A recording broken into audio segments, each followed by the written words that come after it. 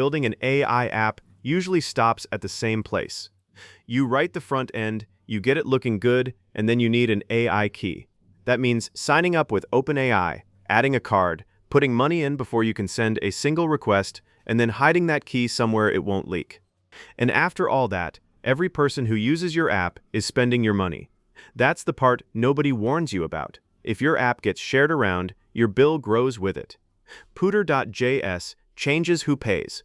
It's an open-source JavaScript library, around 43,000 stars on GitHub, and it gives your front-end code access to AI models, cloud storage, a database, auth, and hosting.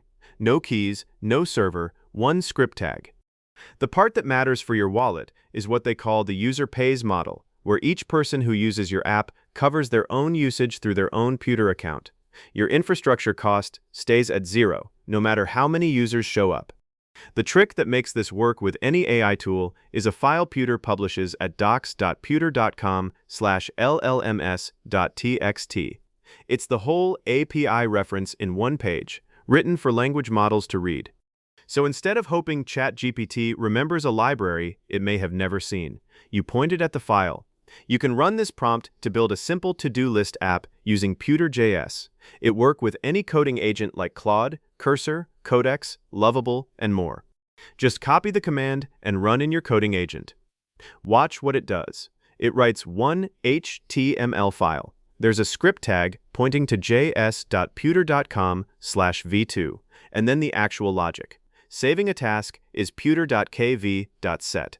Reading tasks back is puter.kv.get. That kv stands for key value, and it's a cloud database you did not create, did not configure, and are not paying for.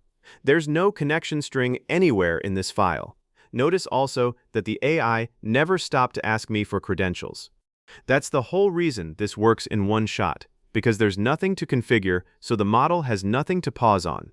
And one thing that trips up a lot of people, you cannot just double-click this file and open it in your browser. Puter needs a real web server, even a local one, for security reasons. Opening it straight from your hard drive will fail and the errors are not obvious. So I use the live server extension in VS Code. Install it once, then hit Go Live at the bottom, and it serves the page on localhost. App loads, looks fine, but the moment I add a task, a pop-up appears asking me to sign in with Puter. That pop-up is doing a lot of work. My code never handled login, never stored a session, never wrote a password reset flow. Puter handles auth automatically the first time your code touches a cloud service. If I already had a session, it would skip this entirely. So I sign in and the task saves. I'll refresh the page to prove it's real, and the task is still there because it's living in the cloud, not in local storage. The account I just signed in with is where the money model lives.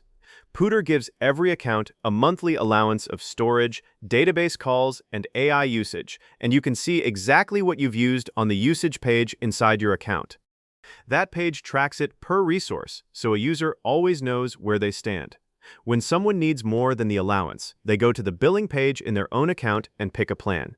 The free tier includes 25 megabytes of storage and limited AI and cloud usage. Paid tiers start at $10 a month for 100 gigabytes, then $25 for 500 gigabytes, and $100 for 2 terabytes, each one raising the AI and cloud limits too. Now let's build a chat app, which is where the AI side gets interesting.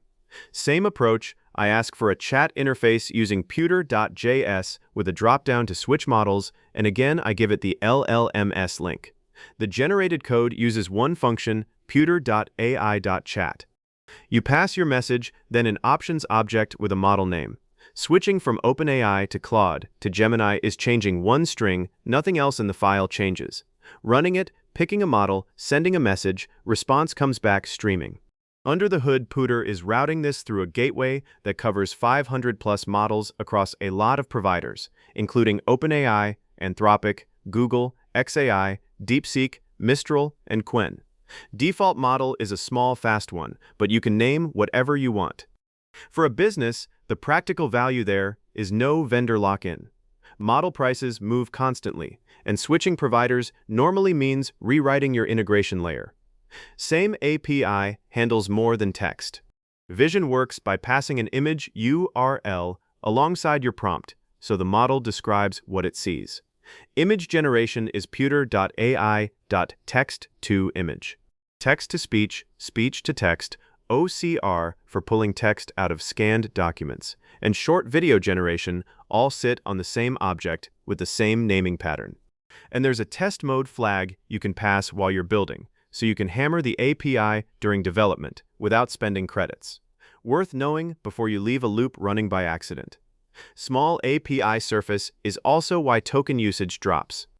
Puter claims up to 90% fewer AI tokens and up to 12 times less code compared to wiring up something like Supabase, Firebase, or AWS for the same to-do app. Those are their own numbers, with the results may vary note, so take them as directional, but the reason behind it is real. There's no config file, no SDK setup, no server code, no deploy step. The model writes less because there's less to write, and it makes fewer mistakes because the syntax is consistent. Security is the part I'd want an engineering lead to hear. There is no API key anywhere in this project, not in the front end, not in a .env, not on a server. Nothing to leak, rotate, or accidentally commit to a public repo. Every request is authenticated as the signed-in user and scoped to just that user.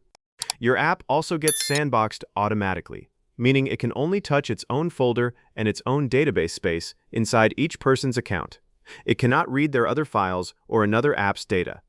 That sandboxing has a real limitation you should know before you plan a project. Because each user's data sits in their own account, one user cannot see another user's data. So a shared leaderboard, a public feed, or a multiplayer game will not work the obvious way. The documented fix is a serverless worker, which is Puter's version of backend endpoints. You write Express-style routes, deploy it, and it runs on your account instead of the user's, giving everyone one shared backend. Just something to plan around rather than discover halfway in. There's a whole cloud desktop side to this too. Going to puter.com gives you a full operating system in the browser, with a file manager, a code editor, a terminal, and apps. Files you write from your code show up here in a folder named after your app. So the storage isn't abstract. You can open the folder and see the files. Right-clicking a folder gives you Publish as Website, which puts a static site live on a free puter.site subdomain in a few seconds. There's also a command line tool if you'd rather deploy from the terminal, and a GitHub action for deploying on every push. For people using agents rather than chat windows, Puter runs a hosted MCP server at mcp.puter.com. In Claude Code, you add it with one command, authenticate once, and then your agent can list your files, deploy workers, and publish sites on your behalf. That's separate from the llms.txt approach. One teaches the agent the syntax. The other lets the agent actually operate your account. Honest limits, since this isn't a sales pitch. Your users need a Puter account, which is friction that a normal API key setup hides from them. You're depending on Puter staying up and keeping this pricing model, though the core platform being open source on GitHub gives you an exit. Heavy background jobs and scheduled tasks aren't the natural fit here. And if you work somewhere with strict compliance requirements around where data physically lives, that needs checking before you commit. What I'd actually use it for is prototypes, internal tools, and side projects where the API bill is the thing stopping you from shipping. Getting a working full-stack app from one prompt with real auth, real storage, and real AI, with no key and no server, removes most of the reason projects die in a folder. Links to the docs and the LLMS file are below if you want to try the same prompt yourself.